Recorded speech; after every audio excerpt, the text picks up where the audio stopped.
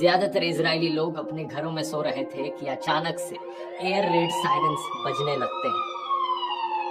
कुछ ही देर बाद रॉकेट्स बरसने लगते हैं इजराइल के शहरों पर हजारों की संख्या में। इजरायली डिफेंस फोर्सेस एस्टिमेट करती हैं 2200 रॉकेट्स फायर किए गए। हमास ग्रुप कहता है कि 5000 रॉकेट्स फायर किए गए। ये दुनिया के one of the best air defence systems में से है। जब भी रॉकेट्स की इस तरीके से बरसात होती है, ये लेटेस्ट मिलिट्री टेक्नोलॉजी का इस्तेमाल करके उन रॉकेट्स को इंटरसेप्ट करता है और हवा में ही डिस्ट्रॉय कर देता है, इजराइल देश को प्रोटेक्टेड रखने के। ये आयरन डोम सिस्टम भी फेल रहा। हजारों की संख्या में इजराइल में लोग मारे गए और जख्मी हुए इन अटैक्स के। इस अटैक किया था इजराइल के ऊपर।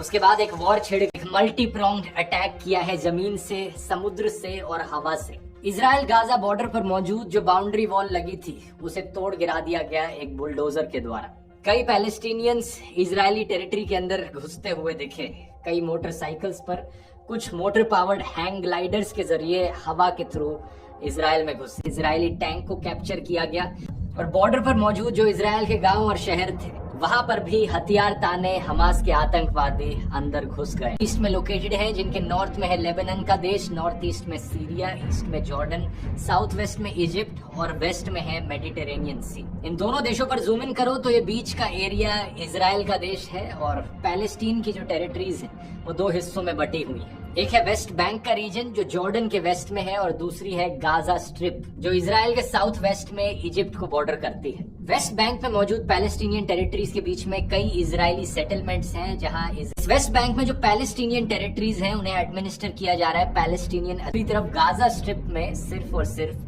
हमास का राज चल रहा है। European union, Israel, Japan, Australia, USA और यूके अंदर में है। और इजराइल की टेरिटरी के कितना अंदर घुस गए हैं पैलेस्टीनियन मिलिटेंट्स, ये आप ब्लू कलर से देख सकते हैं। अल अक्सा फ्लड का नाम दिया है और कहा कि हमास ये इसलिए कर रहा है क्योंकि इजराइल नाम दिया गया। इजरायली डिफेंस फोर्सेस, जिन्हें आईडीएफ शॉर्ट में कहा जाता है, इन्होंने अपनी नेवी, एयरफोर्स और ग्राउंड फोर्सेस सबको तैनात किया है। साथ ही साथ इन्होंने गाजा में ड्रोन स्ट्राइक्स भी लॉन्च करी। इजराइल के अंदर citizens of Israel, we are at war.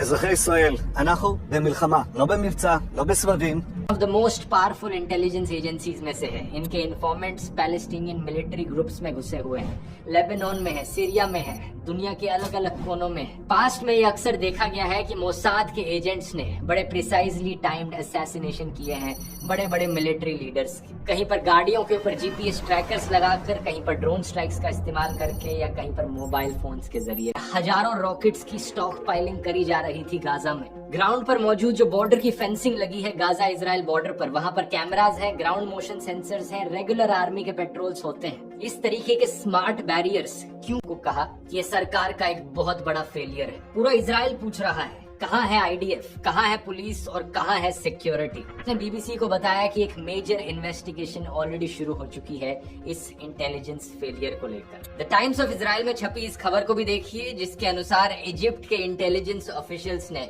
Bar bar Israel को वार्निंग दी थी कि कुछ बड़ा होने वाला है और एलिजिडली उन वार्निंग्स को इग्नोर ने इस अटैक को कंडेम किया और कहा कि वो रॉक सॉलिड और अनवेवरिंग सपोर्ट दिखाते हैं इजराइल के फेवर में। यूरोपियन यूनियन के फॉरेन पॉलिसी चीफ का भी यही कहना था कि वो स्ट्रांगली कंडेम करते हैं इस अटैक को और कहते हैं इंटरनेशनल लॉ के हिसाब से इजराइल के पास खुद को डिफेंड करने का राइट है।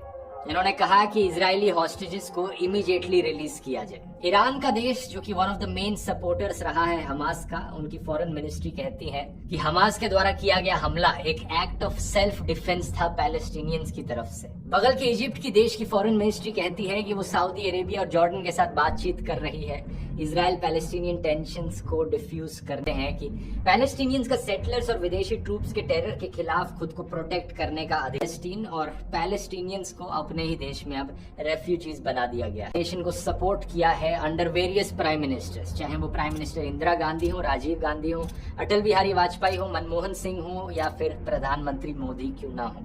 लेकिन मध्य पूर्व के बारे में यह स्थिति साफ है कि अरबों की जिस जमीन पर इजराइल कब्जा करके बैठा है वो जमीन उसको खाली करना है। चीन को विजिट करने वाले अब जो प्रधानमंत्री मोदी की तरफ से स्टेटमेंट आई है वो शॉक एक्सप्रेस करते हुए आई है आतंकवादी हमलों को लेकर और वो सॉलिडारिटी एक्सप्रेस करते हैं इजराइल के साथ और इजराइल के इनोसेंट विक्टिम्स और उनके परिवारों के साथ। और ये कोई हैरानी वाली बात नहीं है, क्योंकि हमास जो यहाँ कर रहा है आज, वो सिर्फ और सिर्फ आतंक है। बहुत सी डिस्टर्बिंग वीडियोस आई हैं सामने, जहां पर हमास के आतंकवादियों ने औरतों और सिविलियंस के साथ इस तरीके से बर्ताव किया कि इसको वीडियो में बताया भी नहीं जा सकता। ये बहुत शर्मनाक बात है कि कुछ लोग इन लोगों को फ्रीडम फाइटर्स, सच है कि पैलेस्टीन में आम लोगों के साथ ज्यादती हुई है, लेकिन इजराइल के आम लोगों को मारना, ऐसे टेररिज्म को जस्टिफाई कभी नहीं किया जा सकता, बिना उन लोगों की फिक्र करते हुए जो आम पैलेस्टीनियन लोग हैं उन पर क्या बीत रही होगी। रोजमर्रा की जिंदगी पूरी तरीके से